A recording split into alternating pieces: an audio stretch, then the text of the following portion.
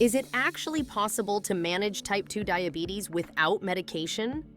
If you are newly diagnosed or just tired of the side effects, you have probably asked this question.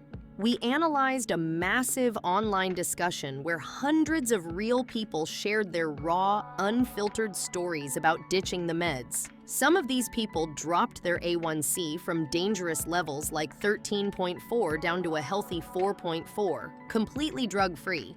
Others tried and realized they couldn't do it without help. Today, we are breaking down the exact protocols these people used, the specific diets, the workout routines, the supplements, and the harsh realities of managing diabetes naturally. Please remember, this is not medical advice, but a collection of real-world experiences.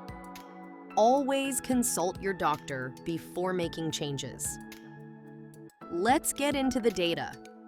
If there is one consistent theme across every single success story, it is this: carbohydrate restriction is non-negotiable. One top commenter explicitly called a very low-carb diet the closest thing to a silver bullet for non-medication management. The majority of successful users switched to a keto or strict low-carb diet. One user described their approach not as a diet, but as treating carbs like an allergy or an addiction, something they simply don't touch anymore to avoid feeling sick. So what exactly are they eating? The no list is extensive. It includes ultra-processed foods, sugar, grains, and starches like potatoes and rice. One user shared a specific story about eating tasty cakes, bread, and rice, which caused their blood sugar to rocket up to almost 300. After that scare, they vowed never again and stuck to low carbs and proteins. The yes list consists of meats, veggies, salads, and nuts.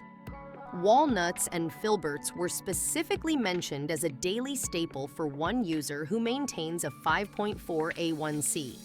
Another user snacks on spicy roasted peanuts and protein shakes.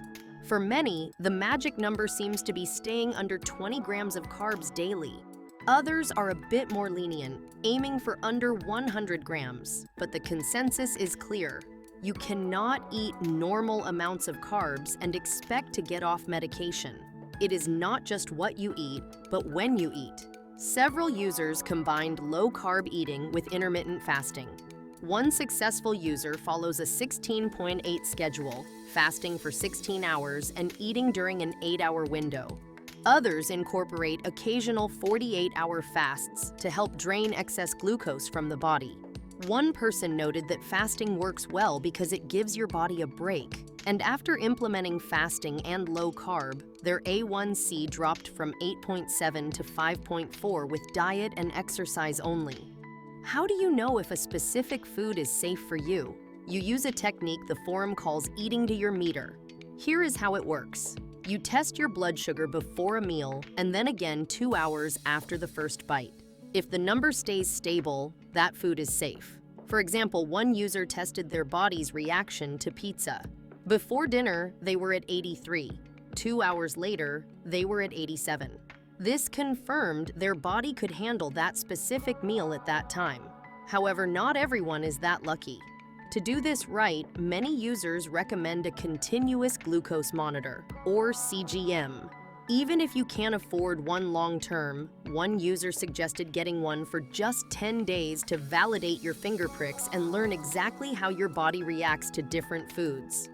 The goal mentioned by one user is to keep that 2-hour post-meal number under 140. Diet is the driver, but exercise is the engine. The discussion highlighted 3 specific types of movement that are critical. First is the post-meal walk. This is a game changer. Multiple users mentioned walking immediately after meals. One user has a simple rule: if I spike, I walk. Another user described walking back and forth across their living room or using the stairs for 10 minutes if they couldn't go outside. This helps burn off the glucose immediately entering the bloodstream. Second is lifting heavy. Muscle eats glucose. One user explained that insulin resistance is highly linked to the ratio of abdominal fat to lean muscle. By lifting weights and building muscle, you give the glucose somewhere to go. Third is specifically targeting visceral fat. This is the fat around your organs. Users explained that losing fat around the liver and pancreas allows these organs to work better. One user lost 80 pounds in 7 months and saw their A1C drop to 4.4%. However, you don't always have to lose massive weight. One user only lost about 5 to 8 pounds, but reshaped their body composition through weightlifting and achieved excellent numbers. Beyond diet and the gym, the community identified a few specific boosters. A popular hack is apple cider vinegar. Users suggest taking a spoonful of vinegar in water twice a day, or specifically before a carb-heavy meal to help blunt the spike. Hydration is also key. Drinking a ton of water, sometimes with a pinch of sea salt, was recommended to keep the system flushed. But perhaps the most overlooked factor is stress. One user shared a fascinating story about how simply working from home caused their numbers to drop.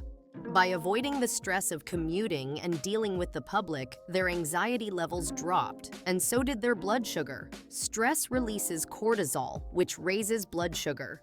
If you are stressed, your numbers might stay high regardless of your diet. For those avoiding prescription meds, some users reported success with berberine. One user started taking 500 millimolars of berberine and saw their A1C go from 7.8 to 6.2 in less than 6 months. We have to be honest about the difficulty. Managing diabetes without meds requires a level of discipline that one user described as an irrational move to a rational problem. It involves giving up favorite foods forever. As one user put it, there are no cheat days, no holidays, and no cake on birthdays. Another user shared a cautionary tale. They were doing great with diet and exercise, but then fell for an Italian cold-cut sandwich and caramel nougat ice cream.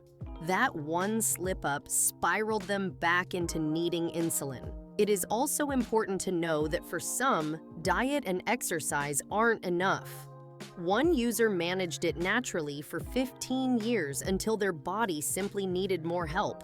Another user mentioned that despite doing everything right, their A1C started creeping up again, forcing them to consider meds. There is no shame in taking medication if it keeps you healthy. As one commenter said, "Don't put your head in the sand, because ignoring the disease leads to severe consequences." If you are determined to try the natural route, here is the summary checklist from the Reddit community. 1. Cut the carbs. Aim for under 20 to 100 grams a day. 2. Lift weights and build muscle to improve insulin sensitivity. 3. Walk after every meal to control spikes. 4. Lose the belly fat to help your liver and pancreas. 5. Manage your stress and sleep. One user summed it up best: don't stop anything, start something.